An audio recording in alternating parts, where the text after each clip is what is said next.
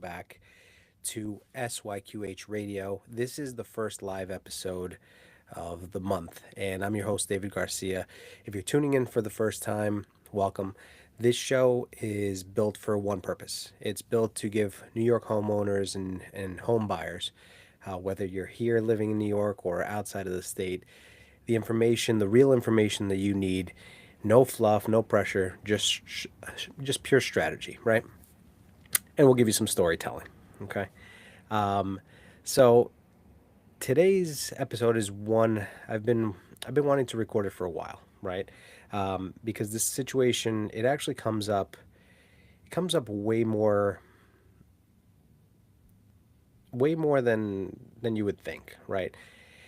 So let me give you the scenario, right? You live in Florida, you live in Texas, you live in California, you live in Phoenix, you live where else? We've helped Atlanta, Georgia. We've helped in a lot of different places as far as people with the situation that I'm going to talk about tonight, right? See, your son or your daughter, they live here, right? So, or they're about to move here, right? Maybe they're coming to for college, or they just got a job and they're moving out of state from where you are, or they've been going to school here, and now it's time for them to, they got their job, and now you want to help them build equity. You want to help them build the foundation for their wealth. And you, as a homeowner or somebody that aspired to do it, you want to help them purchase a property here. And there are a few obstacles that we need to navigate that, I'll walk you through. But, you want to help them buy a home either in Queens, Brooklyn, Long Island, Manhattan, some of the other boroughs like Staten Island or the Bronx, nearby areas. So here's the problem, right? You know how to do this out of state, right? You've purchased a home somewhere else, or you're just familiar with the process. You know all about it, right? You're not getting told anything that you don't really know. So the problem really is that you don't know the market. You can't be here for every showing to vet every single agent that you speak to. You might have already called 10 or 15 agents and you probably got no responses. Or you got a couple, but you're just not sure that they're the right person for the job and you want another opinion. You want a professional that has had a track record helping people through this scenario, right? And frankly, you're not sure who to trust. Your kids are everything to you. They're your pride and joy, and you want to make sure that that you and them are handheld throughout the whole process, that there are no surprises, and that you don't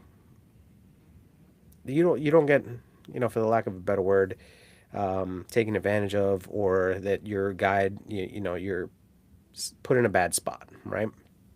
And frankly, after speaking with agents throughout the country and understanding what their process is and how things go, New York real estate is not like anywhere else in the country. And I know every agent in every city says the same thing, but I have to say that New York is different.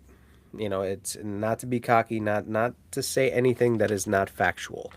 New York is just different. So today I'm going to walk you through exactly how this works. So, what the process looks like, what the pitfalls are, how to avoid some of them, how to avoid most, and then what you can expect to be a potential issue. We always try to set expectations, and I say try because as the process unfolds, new things pop up. So I try to set that as the expectation, to be aware that other things will come up that we have to be aware of, right? And my job is to navigate you through the ups and downs, through the good, the bad, the ugly, and in between, right? So, and a lot of people are actually caught by surprise with certain rules when you already have the funds ready to go, right? Right? Whether you're buying cash, whether you're gifting a down payment or gifting the property, um, there are still things that we have to navigate through, and one of the important things to know is how having the right agent, on the ground can make a world of difference.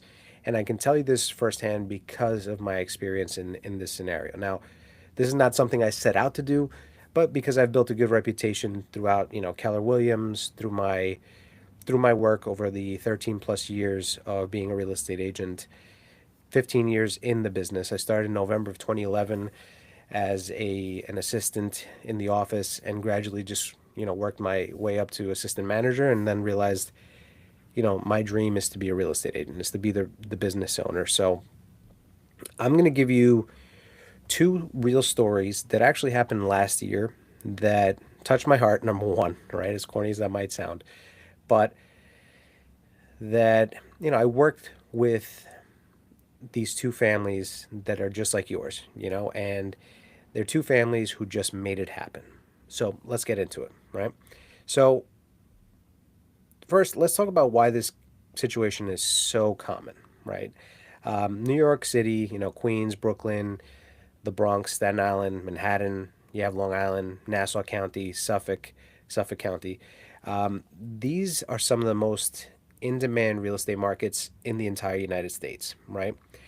At the same time, we have a massive number of families where the parents have relocated or they were never here to begin with, right? Whether it's Florida, the Carolinas, the Southwest, the West Coast, while their adult children stayed in New York, or they moved here for, like I said, for work, for school, or some kind of opportunity, right? They're following their dreams, all worthwhile, right? Cities where the New York is where dreams are made of, right? Like the song goes. So a lot of those parents, they still want to invest in New York. They want to invest in New York real estate. They're not making any more of New York, right? Um, it could be a condo, in Astoria, or it could be a condo in Brooklyn, right? It could be, for example, some of the ones that we work with in the past is, somebody just got a job, let's say at a hospital in Queens, so you want to get a little closer to that. Um, then it could be, a two-family home, whether it's Jamaica, Hollis, St. Albans, it could be Bayside, it could be Woodside, Elmhurst, Jackson Heights, Sunnyside. There's a lot of different options, and I'm just talking about Queens.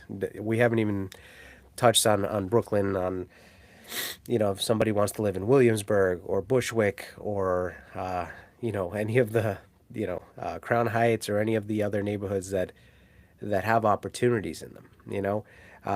It could be where you want to have your child living in one of the units and having in a multifamily situation where they have a tenant, and that tenant is in essence helping them pay for the mortgage through the rent and building your equity, their equity, depending on how you structure it.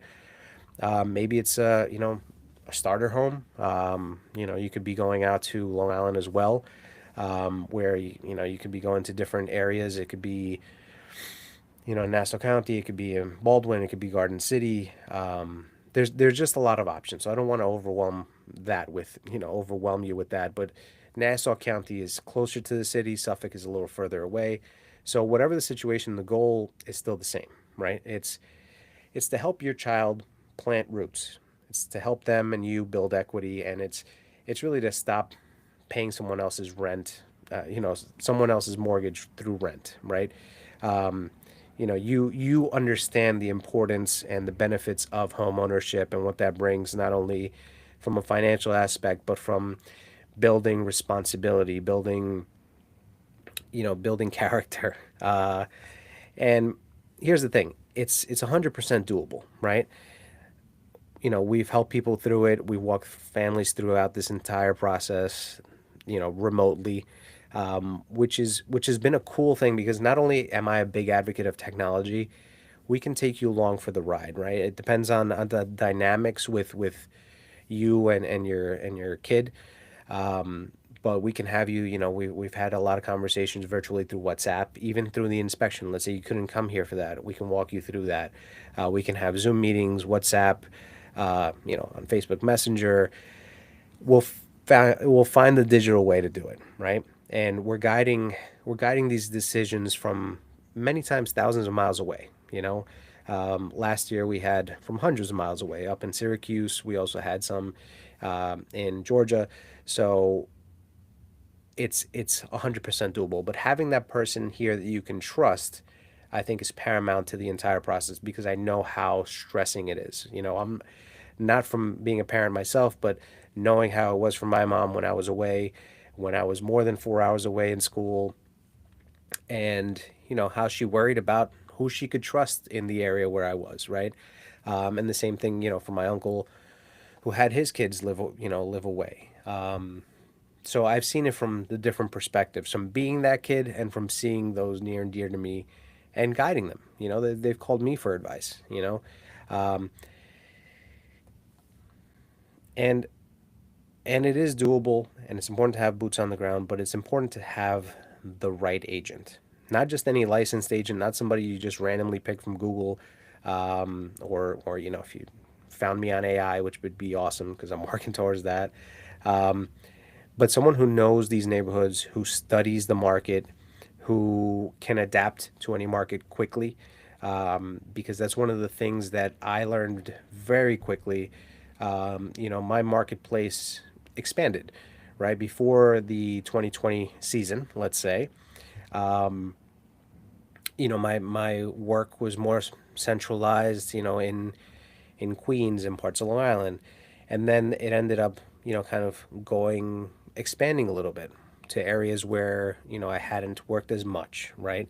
But I'm a quick study, and due to technology and understanding how to research things quickly, through experience, I was able to expand to areas like Brooklyn, like the city, worked in Staten Island up to the Bronx, again, deeper into Long Island a little more.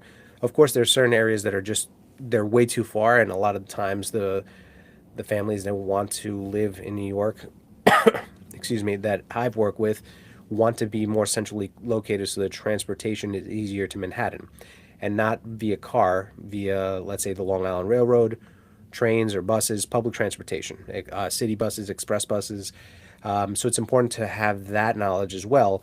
And again, to adapt, right? Because, for a while there, people were going more remote. So that was not as important. But now that businesses and everything in the city are bringing people back to the office more days a week and a lot of times permanently, we want to make sure that the transportation is something that is not only can it be done, but is it manageable? Is it something that you would be happy with, right? Are you going to be happy with, or is your child going to be happy with 4 hours of commute, or every single day?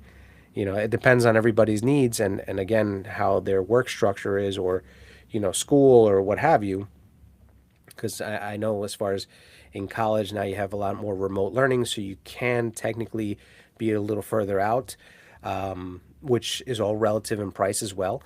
So, there's a lot of things that we need to kind of consider and set that up at the initial conversation, right? So, not only do you want your agent, like me, to be your boots on the ground, but you also want them to, have their ears out. What are the opportunities they may not be on the market, right? Through our two market centers, we have over 600 agents that become part of the team, right? I can easily go on my WhatsApp group, reach out to the agents and see if there's anything that might be coming up that could be beneficial to you and to your child, right?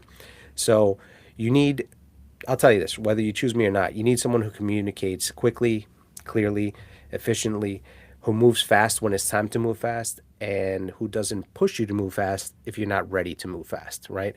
One of the things that I pride myself the most on is honesty and transparency, right? So I'll be honest with you with my thoughts, right? If you give me the parameters, and then I can tell you, like I told these two families, or at least one of them, that where they were looking wasn't really going to match what their budget was, right? And it's important to set that up from the beginning, because I'd rather disappoint you with the truth up front than disappoint you with lies, or maybe lies are too strong of a word, but not being upfront with you. Nothing makes me more mad than when I'm doing business with somebody and I find out, unpleasant surprises later on, when they knew all along what was going to happen, right? So I'd rather tell you the truth, and then you decide what works best. Some people might go, you know what, I'll rent, or maybe I'll just move to Jersey instead, Jersey City or Newark or what have you. I'll do NJ Transit. We have connections to that, right? We have a broad network throughout Keller Williams, which expands domestically, nationally, internationally. which is some of the ways that I've worked with some of the clients that have needed help from abroad. A lot of my business is from referrals. So that comes from, people that I've worked with, people that know and love and trust me, and then also agents throughout the country that I meet, that I build and establish relationships with so that I can help them. And then the other way, if you're not able to, if the options that we have in New York are not the ones you want, maybe we can get you something close, but not exactly here. So we would connect you with somebody in New Jersey, right? But at least I can be that focal point that can help you, point you in the right direction if I can't get you into the right place or down the right situation, right? I will tell you from the beginning, if this is your budget, this is where you want to go, and it's not doable, I'll tell you that. I'm not going to just spin wheels. I used to be very afraid of saying that at the beginning of my career because I felt like I wasn't doing my job. But I've been doing this long enough where if when you tell people that this cannot be done, it's because I know it can't be done. It's not that I'm guessing, right? So with somebody that's professional and that will give you that, not from an egoistic or egocentric point of view, but actually from contribution. I want to help you achieve your goals, and if your goals are not attainable, then let's come up with a plan, right?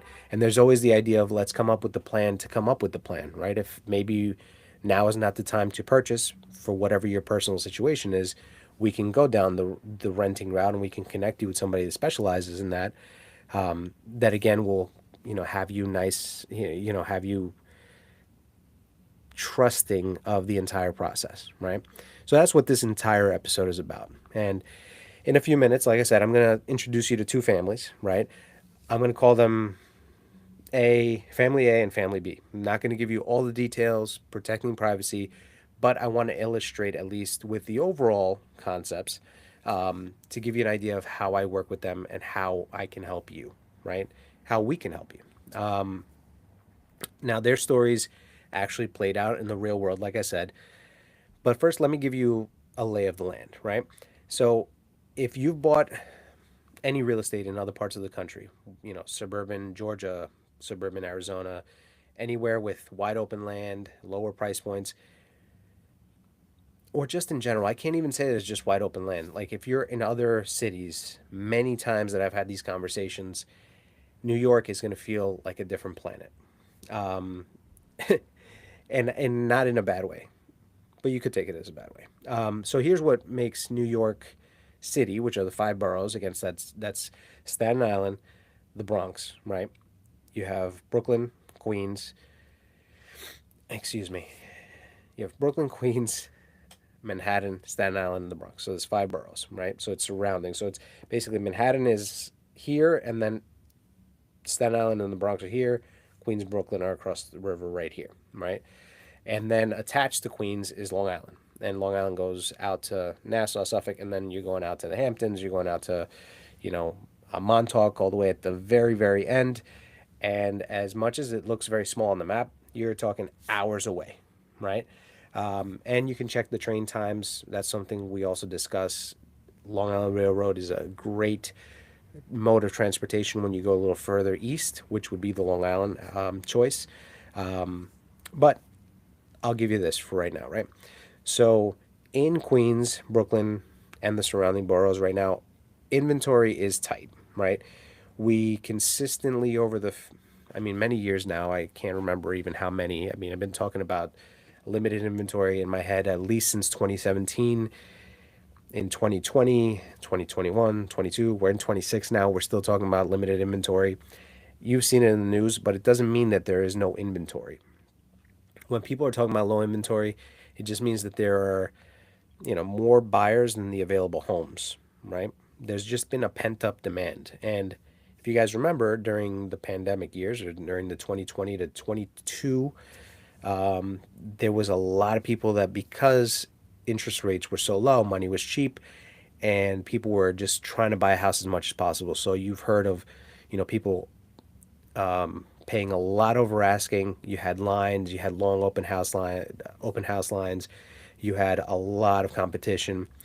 And the good news is that when there is tight inventory, good properties move fast, right? And good properties, they're priced correctly. They're in the price also reflects the condition, the location, etc.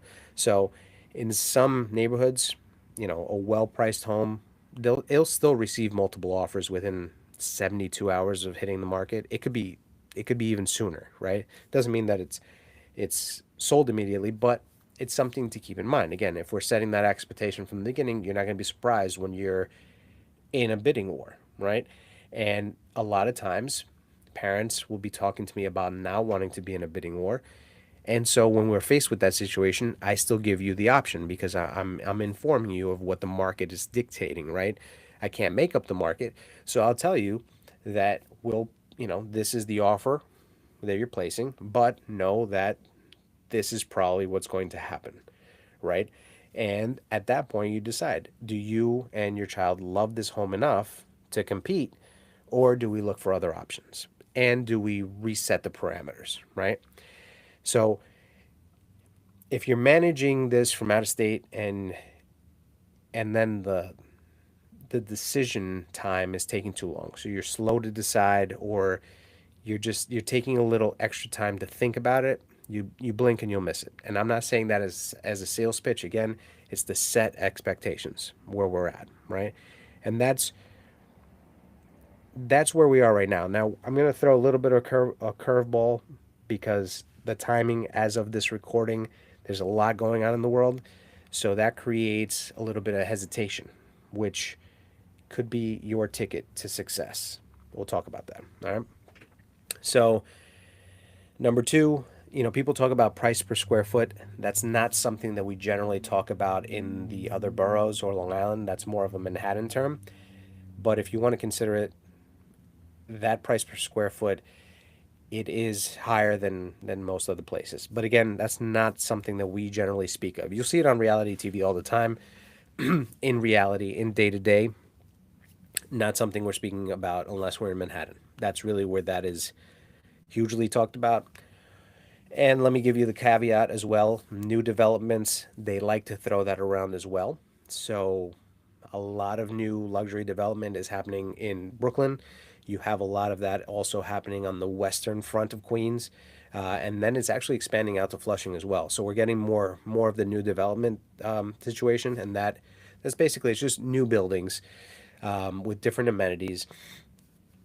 So if you're not looking for that, we don't have to talk about it. But if you're looking for, a condo or a co-op in those types of developments, then we speak about how, price per square foot is going to be a factor, right? So, you know, as an idea, and this is one of the transactions that I'm going to tell you about that happened in Forest Hills. You're looking at condos, co-ops, let's say a two-bedroom. It really varies because in Forest Hills you do have those luxury buildings. Not all of them, like there's some new development. One that I can think of off the top of my head is like Boulevard, but there are other ones that they're older co-op buildings and they can go from, give you some idea just off the top of my head. Again, I don't have the market stats right in front of me, but let's say between 350 and 550. I believe that we had one. There was one that was a one bedroom that I want to say was a really good deal that we got, and it was it was less than 300. So it really depends on the number of bedrooms as well, the condition of the place, the building, whether it's new development or not. And then also to factor in the fact that a lot of these, if you're looking in the condo and co-op, idea or concept of buildings, you're looking at also additional fees like parking, maintenance. So that factors in again when you're considering a mortgage. So you're considering mortgage, you're considering maintenance, or you know um, those types of fees depending on co-op or condo. And that's going to be additional fees that we walk through. Those are not going to be surprise fees. That's going to be something when we're looking, in an area that you tell me, I'm going to be able to give you those ballpark figures. And then as we get closer, you'll know this building is this per month. And then you also have, let's say $150 a month parking. If your child doesn't have a car and that doesn't matter, then we're just talking about maintenance, right?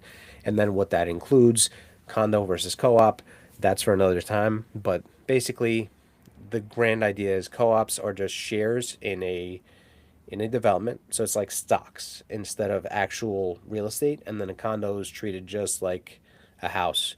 It's real estate, right? So it also depends not only on the building, depending on the floor, depending on the amenities, depending on the view. Because if you want like a Manhattan view, you're paying more, right? Then you can go into, a single detached family home, where that's where the sticker price might surprise some people, where you have some starting points in Queens. Let's say where my office is right now, right here in Bayside, right next to Auburndale, right next to Whitestone, Beechurst. You're looking at an 800,000 starting price point, and you're going to go up from there. I've seen some of my clients that sold a condo, moved into a home that still needed work for over $1 million, right? So, over on Long Island, you have areas like that are now I'm going to give you areas that are closer to Queens, right? Just to give you an idea, the last two neighborhoods of Queens on the way towards Long Island, you're going to be looking at Douglaston and Little Neck, right? They're right next to each other. The zip codes, a lot of times, the 11362, 11363 is uh, it could be Douglaston 11363 or Little Neck 11363. Usually Little Neck is 11362. So sometimes you see Douglaston 11362. Just as a caveat, but that's towards Long Island. So those are the last two in Long Island. I'm sorry, those are the last two neighborhoods in Queens, let's say. The neighborhoods that are right next to that are Floral Park, New Hyde Park, Mineola. There's still others, but that's kind of like around that area. You have Belrose that's still in Queens. You might find, you know, some properties that are going to be less than that out there, or you will find house prices less. But when you go into Long Island, the thing that changes is going to be your taxes. So the taxes are higher in Long Island versus here. Not always. In some parts, you'll see that it's comparable, depending on the type of property. But they have risen significantly since 2020. And I would say that for the most part, in Queens, in Brooklyn, in the city, and parts of Long Island, like I said, there's been quite an increase since then. I was reading an article, I want to say a couple weeks ago, just to give you an idea, since 2020, some properties have gone up 37 to 40% in value. So that's what we're working with, right? There's, of course, variations everywhere, whether it's Elmhurst, Jackson Heights, East Elmhurst, um, Belrose, like I said, different neighborhoods. The values shift a little bit, but overall, if you want to give kind of like an overall over-encompassing story, prices did increase. And as I go to these national conferences, it's pretty common overall and throughout the United States. Now, you will hear about price drops, and how prices have come down. So here's the thing. Again, everything's very hyper local when it comes to real estate, but prices were going up at a double digit increment, over the years, right? So let's say 10%, 11%, 12%, then it went up and up. That's how we get to the 37%. And then prices started, instead of coming down, what they did is they hit the brakes. So they're still in this kind of trajectory, but they're not going up at the same level, right? So instead of, a 9% increase, you can see maybe like a 4% increase. So affordability in that sense has changed a little bit, but you're still seeing prices go up, right? And people that are on the sidelines waiting for the interest rates to come down to combat that, what ends up happening is that as interest rates come down, more people can qualify for mortgages. So if there's more of a buyer pool, then you have more competition, right? So that's why real estate has to be very personal too, because it really depends on how you feel about where that price point really is going to end up, right? You can't try to time the market. You just kind of have to ride where it's going, what trajectory it's on right now, what's going on right now, not thinking about what's happening down the road, unless you can wait that long, right? But timing the market, you only know that you've hit the top when it's on the way down, and you only know that you've reached prices at their lowest point when they're already on the way up, right? So timing it is not something I would suggest at all. right? Always, if you're ready, willing, and able, then we can get the ball rolling, right? So the what can I tell you? The main types of properties that you know parents from out of state are looking for. They're the co-ops, the condos, the single families. Sometimes you'll look into the multifamily, two and three family, or up to four. After that, it's considered more of commercial. And you have attached, detached, or some semi-detached homes. So on one side, you'll either have two homes right next to you, or one home will be attached to you, and then you'll still have your private driveway. A lot of the homes in Queens, for example, I would say that are, if they're either or, right, semi-detached or attached, and then you have the ones that are detached. They are a little higher priced, and they usually have like a driveway between each home, right? So it might be a shared driveway. You could potentially have a private driveway as well, but a lot of these property types that we have here, they don't exist everywhere, right? And the co-ops are the main thing that I think are very different, because when I speak with people from across the country, and they're like, "What do you mean we own shares, not the actual building?" That's where things get a little trickier. But they make a big percentage of the real estate market here in New York. So they have their own approval process. They have their own financial requirements, and their own rules. So on top of qualifying for a mortgage, they're going to still vet you as well. And then what a lot of parents don't know is, even if you do have the cash to purchase that unit, because your child is not the one qualifying for the mortgage, they're the ones. A lot of times the rules are that the person that lives in the unit has to be the owner. So one of the things that gets tricky when you're buying something for your child, or helping them buy, or gifting them down payments, or what have you, is that the rules of the co-ops have to be okay with that. Condos, not so much, but condos are, as an idea, they're double the price of what a co-op would be, right? So just to give you something to go by, okay? Not It's not word for word, but it's pretty close, right? So when it comes to a co-op, even if you qualified for a mortgage, they have different rules. So like for a loan, as some of the details in the past that we've heard, is that you can have up to 47% debt to income ratio. So up to 47% of your monthly income can be considered towards housing, right? So for a mortgage, you would qualify. But for a co-op, a lot of them are asking for between 28 and 30% DTI. So if you want to search something, debt to income ratio is what you would search. And that's something that a lot of co-ops, they really have in mind. So they'll consider what you're paying revolving, your other mortgages, your car payments, like I said, credit cards, all of that stuff. If there's active student loan payments, could be considered. Um, you know, Again, all the co-ops have different rules. So while we're shopping, we're not only, hey, I really like this building, cool. Now I will, because there are over 5,000 developments in Queens alone, we have to check in with their management, which not always the most responsive.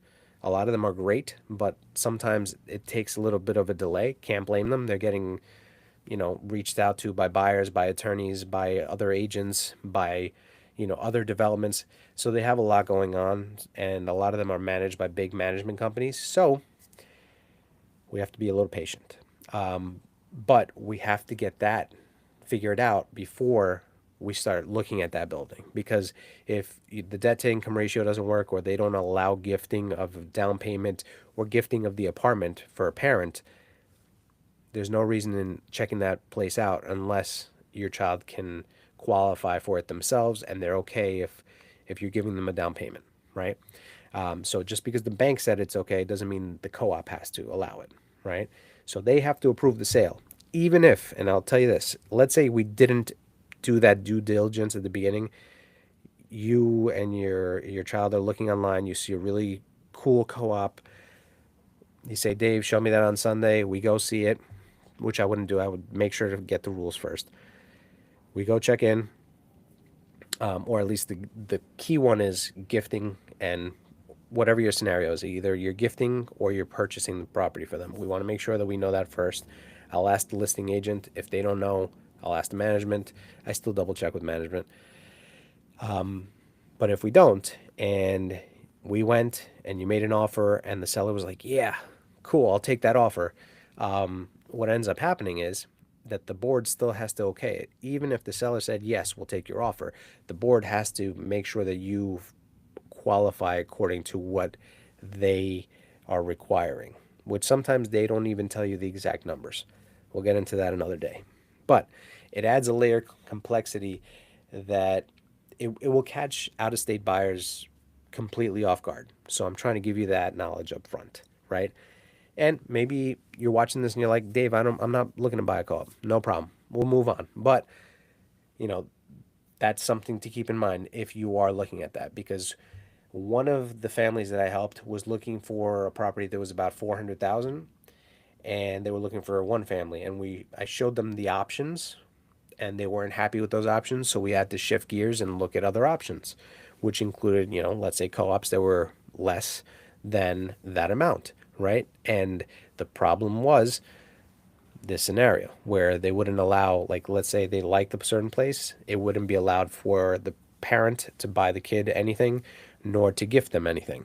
So we had to really take some time to, find the place. So all those things in mind, the closing process here in New York is also different than in other places. So New York is an attorney state. So that means that the buyer and seller both have an attorney. They may also both each have an agent, right? If you're hiring me to represent you and your child in a purchase, then I would be your agent, right? And we'll get into the complexities of that when we were to meet. So if you want more information about that, DM me or text me at 917-982-8899. We can talk more about that because that could be an entire episode all by itself. There's no, it's not just an escrow company that's dealing with everything the way that it happens in California or Texas. From here in New York, the process. So if let's say we were lucky and we found your place tomorrow, house, co-op, condo, what have you, the closing process would be approximately 60 to 90 days. Sometimes it takes longer, right? Here we do the title and the survey at the end. Inspection is done before an accepted offer, or during the offer portion of it, not during the contract portion of it. In other states, you would have a contract and then do the inspection. Here we don't. Here we do the inspection before a contract is sent out, right?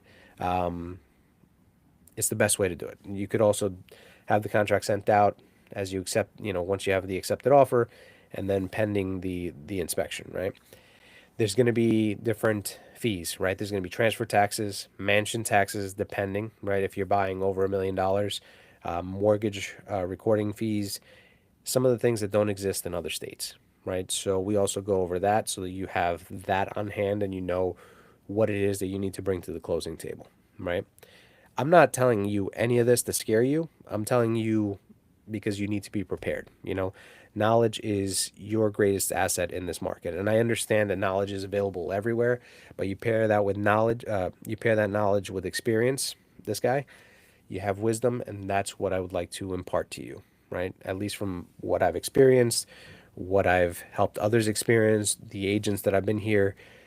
I've been here for 13 years, a lot of stories, a lot of knowledge. We're a very sharing company. So it's kind of a family atmosphere where people share a lot of the stuff that can benefit us. We have office meetings, we have trainings every single day. So I hear these things, I'm paying attention to just keep the tools sharp, to help people like you, right? So when I work with parents that are out of state, my job is to make sure you understand everything before we start looking, right? I don't want you to have surprises. Really, like I said at the beginning, those are the worst possible things to have. Things do pop up. There's a lot of things that can happen that are out of our control, a lot of scenarios that, are shocking. But there have been so many that I've either been part of or that I've known part of that I always say to my clients, and you can speak to any of my clients, I always tell them that I am not happy, I'm not thrilled, whether it's accepted offer, under contract, closing is set. I'm not excited until we are celebrating the closing of your property. Until you have keys in hand or check in hand if you're a seller, I am not thrilled.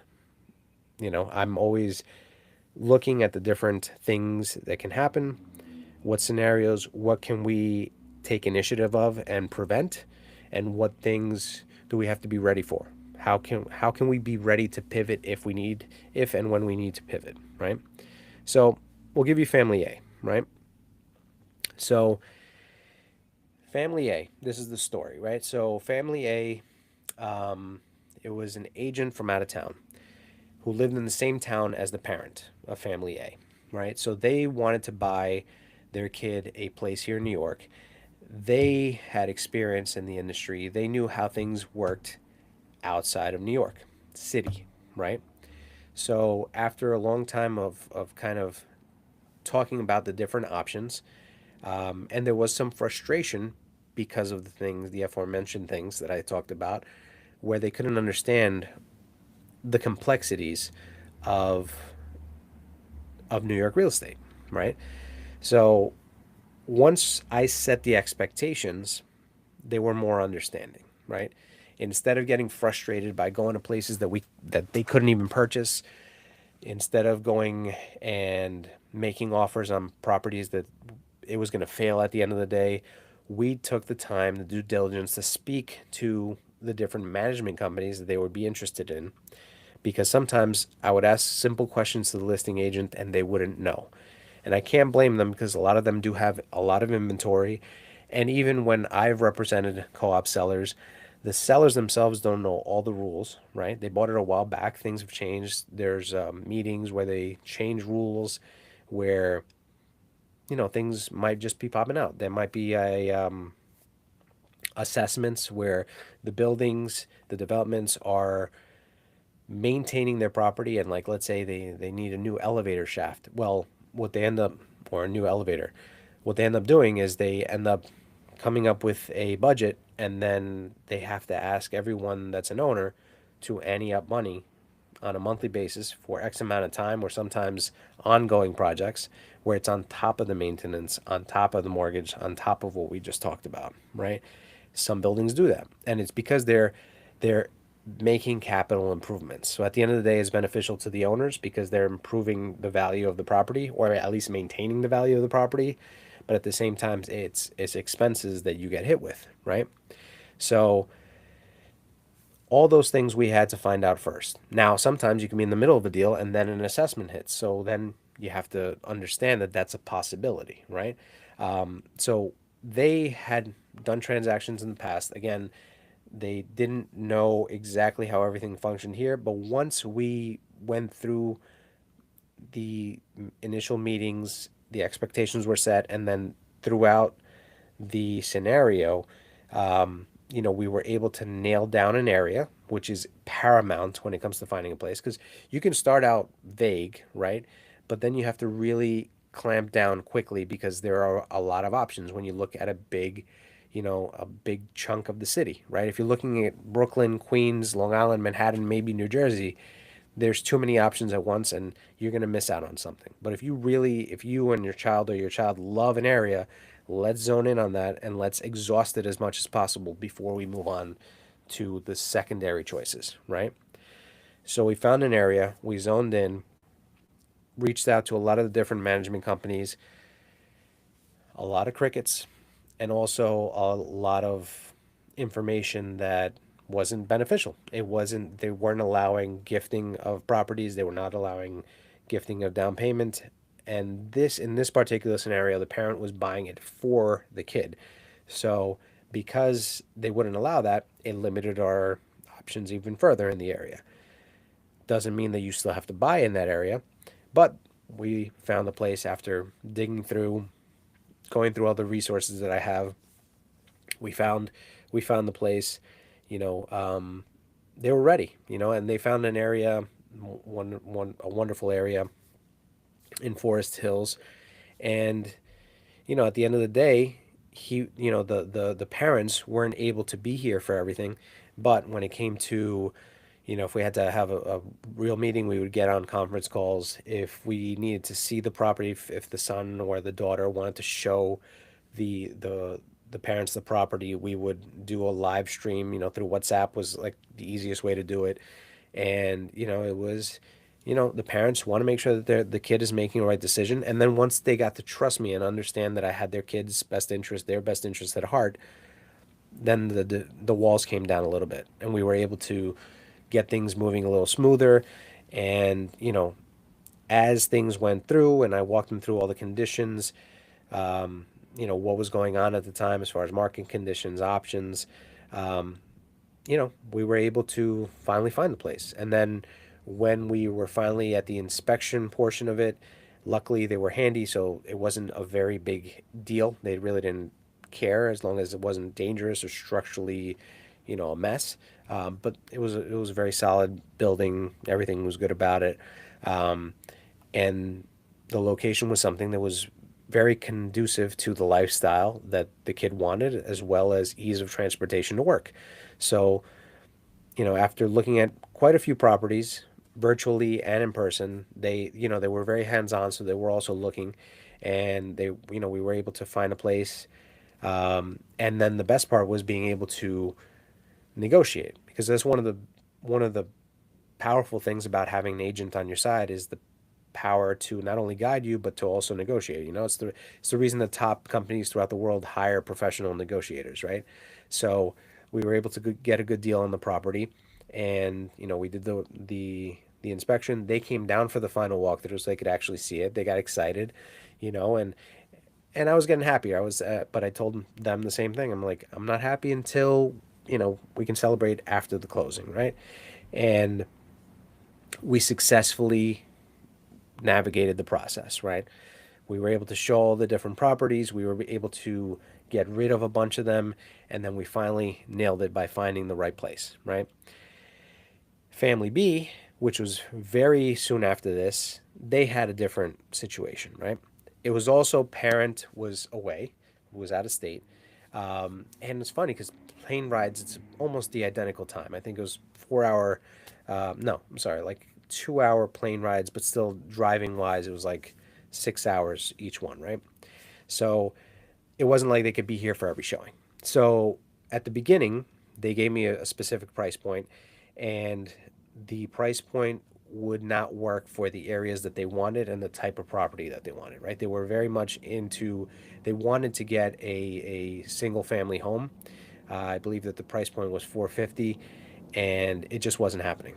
And this person, they came through another agent that referred me, who was reaching out to people in New York, and they found, we had a long conversation. I talked to them about experience, but also how I make sure to treat every client I have as if they were family, right? And they looked me up. They were also going through, all of like my social media and, through basically my portfolio. And after speaking to me, they were like, I'm positive that you're going to give them a great result. I have confidence in you. You know the areas. You know what you're talking about, right? And the main thing is communication, because I think that's one thing. Even when I refer people out, if I speak to an agent and they're already not giving me the right vibe, they're not answering my call, or they're not answering my questions, or they're delaying, or whatever it could be, I already know that's not going to be a good experience. So I make sure to you know, show them what I will be doing for you. So long story short, the agent chose me. We ended up talking. This one took a little bit more time because there were a few things that, the parent wanted to handle first.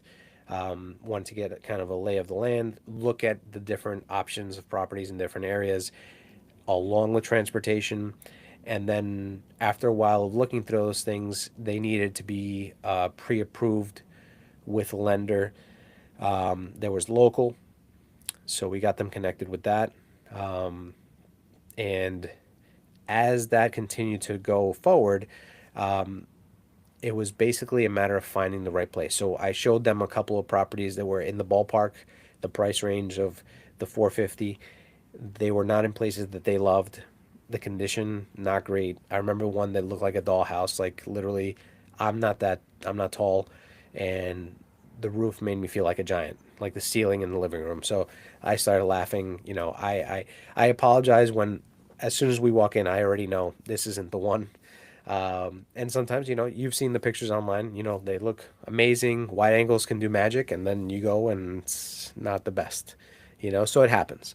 But after just a few of those and understanding the options, both parents were involved. Like they would send me listings and stuff, and I would go through them and check on the rules and all that. In this particular case, they wanted nothing to do with co-ops because they were a little more creative and they wanted to have more input and more of their personal touch on their property. So as we were looking through things, we found an incredible 3-bedroom condo, and it was in Brooklyn. And it was for the price point. It was for less than the original price point they wanted. And the condition of the property was what caused that price point, right? And I'll tell you this. A lot of people are scared off about buying properties that either have short sales or they've been foreclosed, for many good reasons, right? There could be liens on the property, there could be things that are really wrong, but they had a family member that was also a contractor. So during the showings, the contractor was also out of state, their family friend. So we came into the property through WhatsApp, video chatted, showed them everything that was going on, and they were comfortable enough, since it's a family friend, they're more protective, but they saw that it was just aesthetics, right? There was nothing structurally nightmarish about the place. So they gave the go ahead of making an offer. And after the offer got accepted, we did an inspection. The person from out of state, the contractor, came with the parent, and we did a physical walkthrough, an inspection, right? Because this was a little different because this property needed work, and they wanted to make sure that there was nothing catastrophic. So we went through the entire property. Everyone fell in love with it. It was like a blank canvas that they wanted, right? They were artistic. They knew what they wanted. There was nothing dangerous. It was all, just matter of new flooring. The kitchen was going to be renovated anyway. They have extra space. They have extra rooms, bedrooms that they didn't even need. It was a 2-bedroom, 3-bedroom condo. 2-bathroom, 3-bedroom condo in Brooklyn for under $450,000. And we found that deal because of it being a real estate owned property, which means that it was foreclosed on and basically the bank took it back. The banks are much more strict, so there's so much red tape, so many things that they want to verify. Even if you're pre-approved, even if you're the most qualified buyer in the history of buyers, they want to go through every nook and cranny because they've already been burned, right? They already had somebody that was highly qualified, bought highly qualified. Who knows what the qualifications were when they bought that property, when it was easier to get a mortgage, what have you. But they comb through everything and they request paperwork and special forms and all this type of stuff. And I had dealt with a short sale, a few years before, and this was way more intense than that was. And there are some agents that completely walk away from these. They have no intention of dealing with this because it could take forever. And yes, there are risks. Like the bank could change, even if it's under contract, the bank could change. Oh, it's a different valuation. It's worth more now. Now cancel the deal, and other things. I don't know. It depends on the contract, but I've heard of that happening. And so people think it's very risky. I've dealt with 2 of them, and I knocked them out of the park. I don't know if it's because I followed everything to a T, or the team in place that we had. The attorney was great. The lender, we had to switch lenders in the middle of the deal because one of the lenders wasn't really following through with everything that was necessary. If I don't want to give all the details, like I said, protecting privacy, but we had somebody on speed dial. We built a team that really, really made it easy. It was stressful, but it was something that we were able to navigate, right? Because we took initiative. I looked at all the options, asked for people that had more experience, asked them questions, talked to my broker, was very hand in hand with their attorney, who was absolutely magical to work with. And we were able to get it done. And it was such a difficult transaction in terms of like all the little things that need to, all the little I's and T's that had to be dotted, and I's that had to be dotted and the T's that had to be crossed. But even the listing agent literally said to me that you earned every dollar on this deal. And he actually gave me incredible kudos at the end, which I've always had good working relationships, or at least, you know, even if we didn't like each other, like it was very neutral and we were good. This was like I was getting praise from the listing agent just based on all the work that it took and on how quickly I responded and on how on point I was with every single thing, because I wanted to make sure that my clients were protected at the end of the day. So, it was complex, but we were able to get it done, and I totally understand that, you know, it's a lot to trust somebody out of state or so far away from you to take care of your kid, to take care of your child, to take care of your hard-earned money. Um, but I'm telling you, I treat every single client like family. And the most important thing is that we have that communication where I'm giving you advice and I pray that you take it, and that we come together as a team. Like we will strategize together. It's not just going to be a me thing, right? It's going to be a we thing, because at the end of the day, it's your property, right? So I want to make sure that you're so happy at the end of the day that, like these agents and like these clients that I'm talking about right now, they refer me other business. They trust me, and they know that they trust me to such a level that the people that they know, love, and trust and care about, they trust those people with me. So I'm not saying that to, to be, to give myself kudos. I'm telling you that the track record is there, that I was able to guide people through very difficult situations from afar, and that I was able to take care of their children. That they're not babies, but I was able to really help them understand everything, and it was a good transaction. So much so that the first parent actually referred their second kid to me, and we also had the same story. So I wasn't going to repeat that one again, but also helped their second child with a property. So that's how much trust was there. I was able to help their first child with such a high level of service that they entrusted me with their second child. So just putting it there. If you're looking for somebody to help you in New York, I'm the guy, period, end of story, right? So just some things to keep in mind. Gifting is going to be one of the key categories. I understand that it's money, but if it's a co-op, you have to make sure that it's done right, that they okay it. And if it's with your lender, make sure anything monetary, any decision you're going to make, any expenditure, any gift you're giving your kid, run it through your lender first. Make sure that you are doing it the way that follows all of their guidelines. Always, always, always follow your lender's guidelines, please. You know. So those were the two successful stories. I know that this was an extremely long podcast episode, but if you if you're thinking about it, if you want to help your child or your kid, your son, your daughter, um, purchase a property here in New York, the way I work with you from out of state, I'll give you the practical framework. We'll wrap this up, right? What it looks like is step one, we're going to have a strategy call. Okay. We'll get on a video call. I want you to see me, see that I'm a human person, that I have emotions, that I can be reliable, and I'm trustworthy, right? And what it's going to be you, whoever the decision makers are, your child, and I want to make sure that I'm learning about your goals. I'm learning about your timeline, your budget, your concerns. I'm there to give you a real picture of the marketplace. There's no sugarcoating. There's no pressure.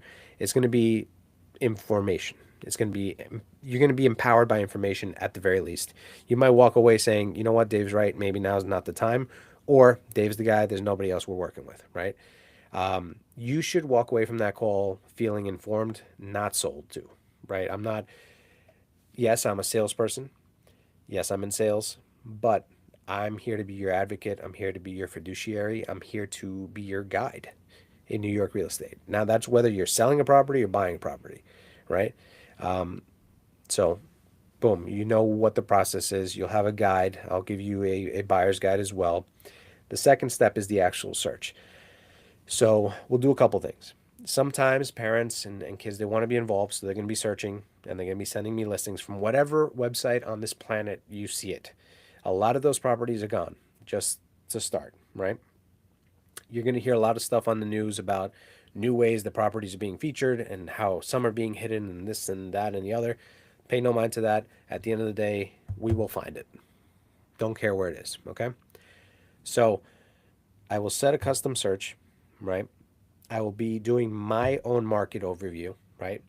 I'll be pre-screening the properties to save you the time, again, with the rules, regulations, and if it's a house, just get to know more of the situation, right? I ask questions before we go in, you know. Then once once we really have like some properties in mind, I'm screening them. You know, I'm trying to make sure that we are making the best use of everyone's time because it's going to be hard to coordinate your time, the kids' time, you know, schedules, showings. So we want to make sure that we align that as well, right? And if we can't, at least we'll do video walkthroughs. Sometime what we'll do is we'll ask if we can do recording. So we'll do a video walkthrough of the property, which obviously I'll be taking your kid through, your child. I'm going to be with them in person. If not, you know, it'll be one of my team. In let's say one time I was actually away for a conference and I still had part of my team showing at the time, so we didn't skip a beat. There were no opportunities missed, right? I I have set up systems in case of anything, right? In case of many things, not anything. So you're not just going to be seeing listing photos, you're going to get to see what I see, right? You're going to be hearing what I think. You're going to get my honest read on whether the property is worth it, because that's going to be another thing that I do if you hire me as your real estate agent is I will be doing the research of the valuation of the property and comparing that as well. Just as if a seller would have hired me to do that, when you hire a buyer's agent and you're their client, that's part of the services that we provide. So that whole concept of, am I overpaying for this property? You could throw that concern out the window. You have two safeguards. You have me, and then you have your bank doing an appraisal. So we'll talk about that, right? Then you'll have the next step is going to be the offer negotiation. This is once we're ready to make the move. So once we, you know, found the place, I'm going to guide you through the offer strategy.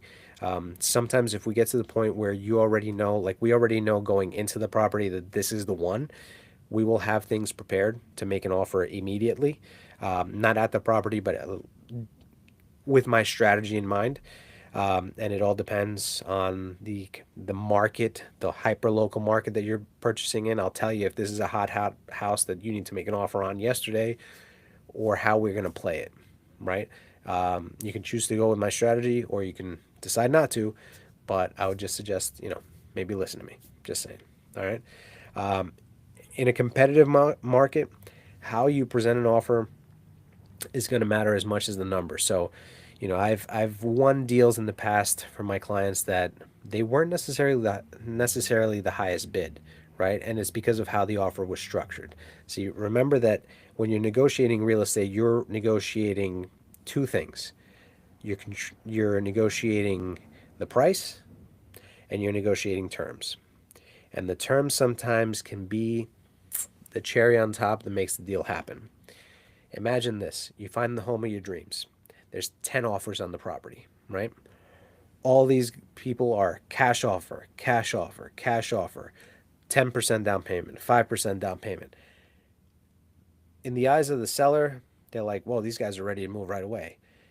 Oh, these guys are this and that. They have to sell their home. This one has to wait until their lease ends. This cash buyer wants to buy a home today. These guys are not willing to wait. Let's say that they need to find a home, or they're moving in. What was one of the deals that I had that I was negotiating? It was May. Yeah, it was May, and ahead of time, the seller let us know that the sellers could not move until November because their house was being built. This was not one of these stories, but in the past. So How did we win?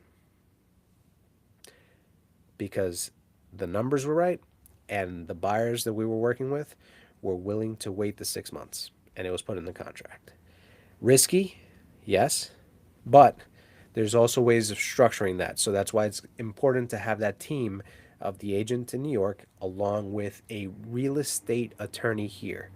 And please keep that in mind, to hire a real estate attorney, a real estate specializing attorney that specializes not in your state, but here in New York City, that knows the local area. And if you need recommendations, let me know. Same thing with inspectors. If there are individuals that need to be involved in the deal, and because you're not here, you don't have those connections, reach out to me about that. We can get you hooked up with some of the best in the business. That I can say. The people that I recommend are people that have done a good job in the past or have done a good job for somebody that I respect in this business, and they are thrown off the list immediately when they disappoint. It's unfortunate, but I think that the people that I recommend are a direct reflection of me. So, you know how people are in different industries, whether it's contractors, electricians, roofers, attorneys, inspectors, what have you. They disappoint my client, they don't have that opportunity to disappoint again. So that's the way we work, in all honesty. So now we made the dream happen. We found your place, right? So I always say that this is where the agents make their money. This is where we are worth every penny, at least the ones that work really hard. Again, not to toot my own horn, but from contract to closing, this is critical. This is what separates, if you're into baseball, your everyday closer from Mariano Rivera. Okay? Let me say that again in a way that I wasn't mumbling. This separates the regular closers from Mariano Rivera. This separates, a regular player in the NBA from Michael Jordan or Kobe Bryant. The contract to closing is paramount. Okay? So I'm with you the entire way until closing and then after closing. I'm not going to disappear, right? I'm going to be coordinating. I'm going to be minding the orchestra during this time, right? I'm coordinating with attorneys, with mortgage lenders, with inspectors, talking about, let's say, when appraisals are going to be ordered, when the title was ordered, the survey, all of these different minute things, very tiny things that all require a an amazing amount of communication that doesn't matter how long I've been in this business, there's always some kind of blip. So I'm always looking. I trust the people that I work with, but I always look at everyone involved as, this is going to sound bad, but I'm just going to say it. I make it in my mind like everyone is not doing their job to 100%. So I want to make sure that if there's any inefficiency, we can nip it in the bud. Because time, this is a cliche, and I'm sorry I'm going to say it, but time kills deals. So I'm trying to minimize that. I'm not trying to rush any deals, but I'm trying to make sure that they stay on track. Period. End of story. Okay. I try to flag issues early. I'm communicating consistently, constantly. If there's nothing to tell you, then I tell you that there's nothing to tell you. Right? That's literally that's where I'm at. Like, I will, if there is a time where there's a lot of quiet, I will tell you there's nothing new, but I just wanted to reach out. Right? I just wanted to let you know. You're never going to be left wondering, where are we with things? It's not going to happen, right? We do that through emails. We have systems in place for that. We have phone calls. We have regular communication. You don't like phone calls? No problem. I'll make sure to text you. We're in a group text. I make sure that everyone involved in the decision-making process is aware of what's going on. You don't have to know all of the details behind everything. I don't want to bog you down unless you want to know that, but I will let you know where we're at, how we're progressing, and if I need your help, because sometimes I do need your help in order to keep the deal moving along, right? So listen, that's the way the process is here in New York, the way that I add to it. And it worked for family A, it worked for family B, it's worked for many of my clients in the past, whether I'm helping them sell their property here in New York or I'm helping them buy a property. I've had the privilege of serving across, Queens, Brooklyn, again, Nassau County, the Bronx, Staten Island. And I can tell you this, my commitment to you is that I will treat your child's home search the way I treat my own family's. It's that simple. It's not just a catchphrase. It's not something that I just throw out there. It's something that I really mean from the bottom of my heart. Like, if I can do a great job by you to the point that you are willing to recommend me to others, I prefer that way of doing business. I want to be the one that is trusted, the one that is not just the most knowledgeable, not just the most tech savvy, but the one that you can trust, right? That's what I want to be known for, period, as part of my legacy in general and as part of my legacy in this business, right? So I would talk to you the way I would talk to my mom, my brother, my family.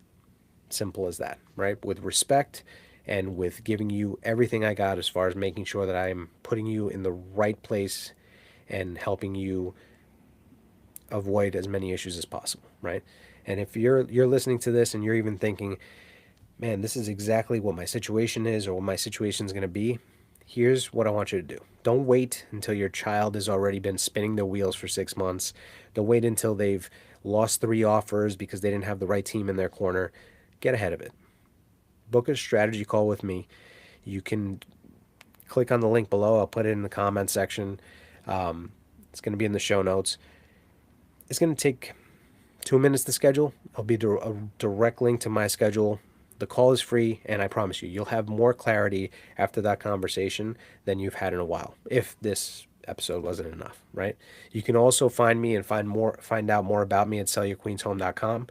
That's my website where you're going to learn more about how I work. You could read some of the client reviews on there.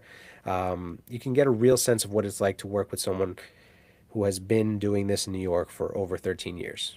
On social media, you want to get to know me on a day-to-day, you want to see what I'm up to, go to Instagram. I'm at David Garcia KW. I know, original, but makes it easy to find, and there's a lot of people with my name, so as long as you type that whole thing with KW, all one word, you'll find me.